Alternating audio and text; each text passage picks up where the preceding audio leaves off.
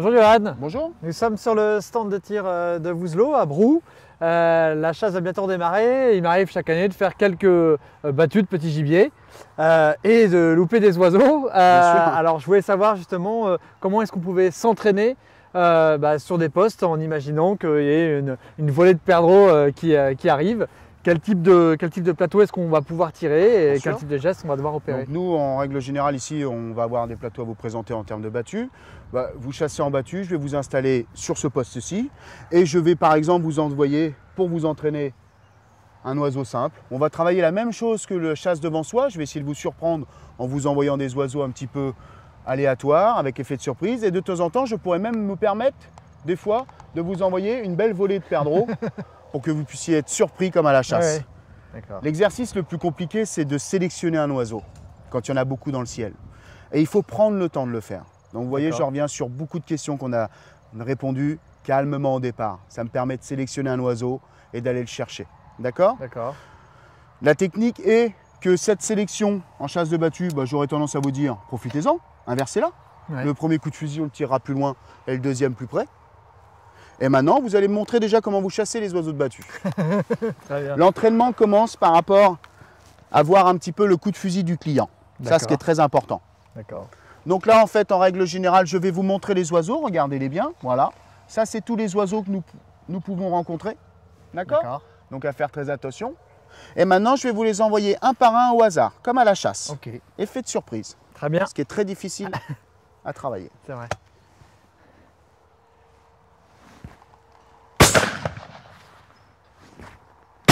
Parce que vous voyez, l'épaulé du deuxième n'est pas l'épaulé du premier. Hein. Non. L'épaulé du deuxième, elle est un peu plus agressive parce que l'oiseau m'a surpris. C'est vrai. C'est bien tiré, c'est bien tiré, c'est bien tiré.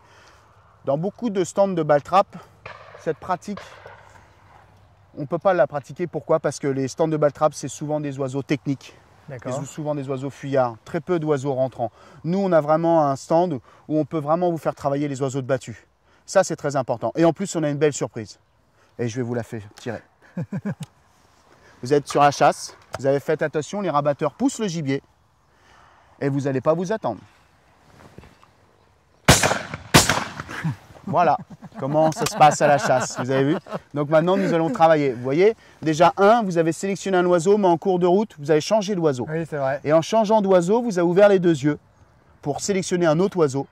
Et après, vous avez abandonné le bout du canon pour regarder que l'oiseau. Et vous êtes passé 2 fois à gauche. Par le fait d'avoir les deux yeux ouverts. Ouais. Il faut absolument verrouiller un oiseau. Quand l'oiseau est verrouillé, il faut rester dessus.